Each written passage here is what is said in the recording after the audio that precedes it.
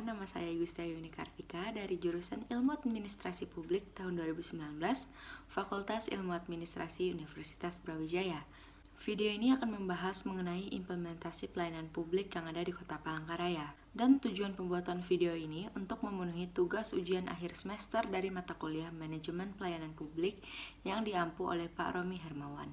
Sebelum kita masuk kepada video wawancara, sebaiknya kita ketahui dulu yuk, apa sih mal pelayanan publik itu? Mal pelayanan publik yang biasanya disebut dengan MPP adalah tempat berlangsungnya kegiatan atau aktivitas penyelenggaraan pelayanan publik atas barang, jasa dan atau pelayanan administrasi yang merupakan perluasan fungsi pelayanan terpadu baik pusat maupun daerah serta pelayanan badan usaha milik negara atau badan usaha milik daerah dan swasta dalam rangka menyediakan pelayanan yang cepat, mudah, terjangkau, aman dan nyaman.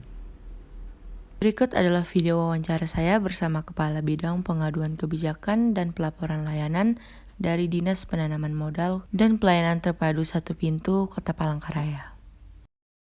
Selamat pagi Pak Praja. Saya Ibu Sri Kartika dari Universitas Brawijaya Angkatan 2019 akan melakukan wawancara mengenai pelayanan publik yang ada di Kota Palangkaraya. Sebelumnya saya membaca dari beberapa artikel itu bahwa mal pelayanan publik ini baru saja dibuka dan masih dalam tahap uji coba, ya Pak. Betul. Jadi saya ingin bertanya apa tujuan dari Dinas Penanaman Modal dan Pelayanan Terpadu Satu Pintu ini untuk membuka mal pelayanan publik bagi masyarakat Kota Palangkaraya. Ya baik, terima kasih Gusti Ayu ini Kartika ya Ade ya. Terima kasih atas kunjungannya ke Dinas Penanaman Modal Pelayanan Terpadu Satu Pintu Kota Palangkaraya. Nah di sini saya kebetulan nama saya Prengki Setiapraja. Saya di sini Kepala Bidang Pengaduan Kebijakan dan Pelaporan Layanan. Nah di sini kebetulan mal pelayanan publik ini itu adalah salah satu tugas pokok dari bidang kita. Nah jadi mal pelayanan publik ini berdiri pada tahun 2020 itu diresmikan oleh Bapak Wali Kota Palangkaraya. Namun itu masih masa uji coba sampai sekarang. Tujuannya itu salah satunya kita mengimplementasikan peraturan Menteri peraturan Menteri Pendaya Gunaan Aparatur Negara nomor 23 tahun 2017. Nah, ini tentang penyelenggaraan mal pelayanan publik. Nah di sini di peraturan Menteri itu mengharuskan setiap daerah di negara kesatuan Republik Indonesia, baik pemerintah daerah provinsi, kota, kabupaten itu mewajibkan agar setiap kepala daerahnya mendirikan mal pelayanan publik. Ini maksudnya apa? Supaya pelayanan publik di daerah itu menjadi terintegrasi satu dengan yang lainnya, baik itu dari instansi vertikal, pusat, maupun pelayanan publik yang diadakan oleh daerah itu sendiri. Nah itu menjadi satu tempat gitu. Nah itu salah satu semangat kita membuat mal pelayanan publik. Walaupun ini masih masa uji coba ya. Oh iya. Ya gimana? Kalau melihat dari kondisi COVID-19 ini, apakah ada inovasi atau kebijakan baru dari mal pelayanan publik untuk masyarakat, Pak? Gimana? Inovasi atau kebijakan terbaru untuk menyikapi pandemi COVID-19? Pada saat pandemi, ya. Ini kebetulan mal pelayanan publik ini lahir pada saat pandemi. Nah, banyak orang bilang pada saat pandemi itu susah untuk berinovasi ya. Nah, di sini kita Kota Palangkaraya membuktikan bahwa mal pelayanan publik itu dapat kita dirikan dan kita operasionalkan pada saat pandemi. Nah, itu bukti Kota Palangkaraya bisa gitu. Dan sampai sekarang masih berjalan. Itu salah satu inovasi.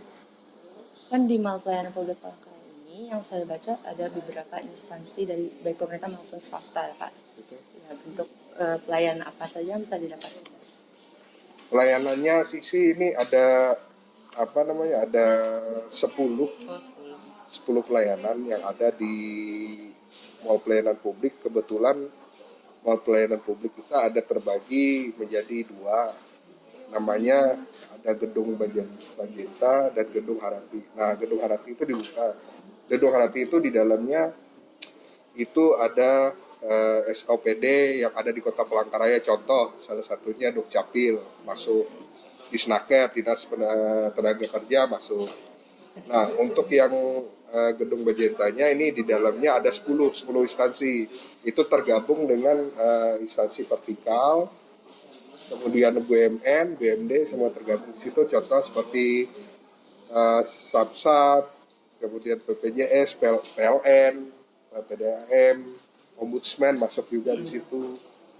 Nah, itu salah satu bank-bank yang BUMD dan BUMN ada.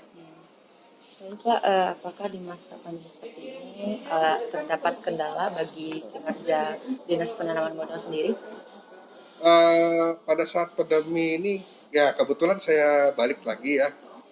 Mall pelayanan publik ini kan lahir pada saat pandemi. Nah, memang banyak sekali yang perlu kita benahi sebenarnya.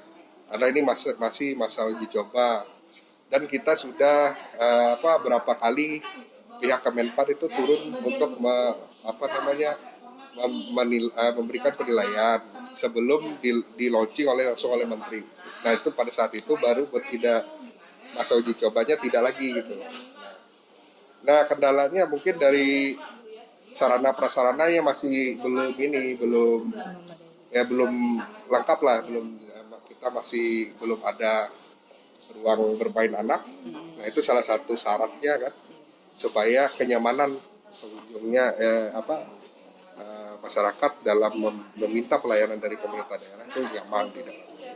Ya itulah salah satunya contoh Sapras. Mungkin sebagai penutup ya Pak, apa harapan Bapak buat Mall Pelayanan Publik yang ada di Kota Palangkaraya ini bagi masyarakat? Ya, harapan saya pribadi ya,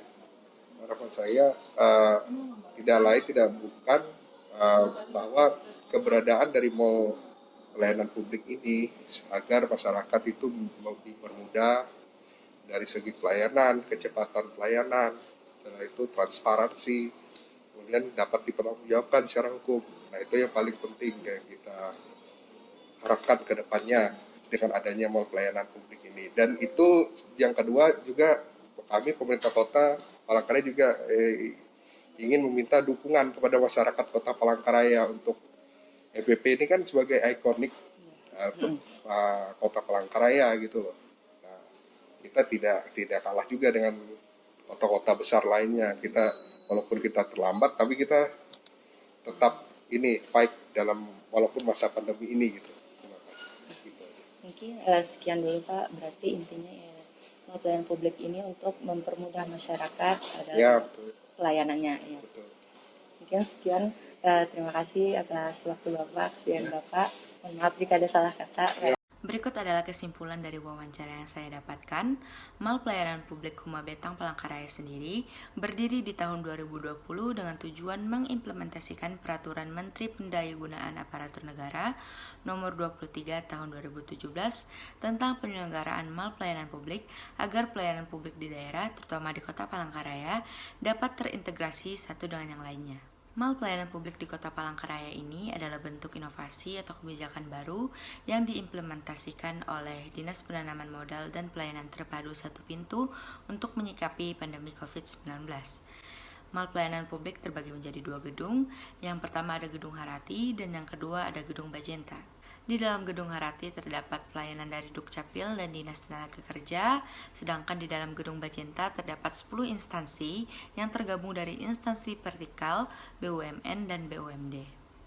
Lalu, kendala yang dirasakan selama COVID-19 adalah kurangnya sarana dan prasarana untuk pelayanan di Kota Palangkaraya. Harapan dari Kepala Bidang maupun Dinas Penanaman Modal dan Pelayanan Terpadu Satu Pintu sendiri, dengan adanya mall pelayanan publik Huma Betang Palangkaraya, dalam segi pelayanan, masyarakat dipermudah, transparan, dan dapat dipertanggungjawabkan secara hukum, serta adanya dukungan dari masyarakat untuk mall pelayanan publik di Kota Palangkaraya.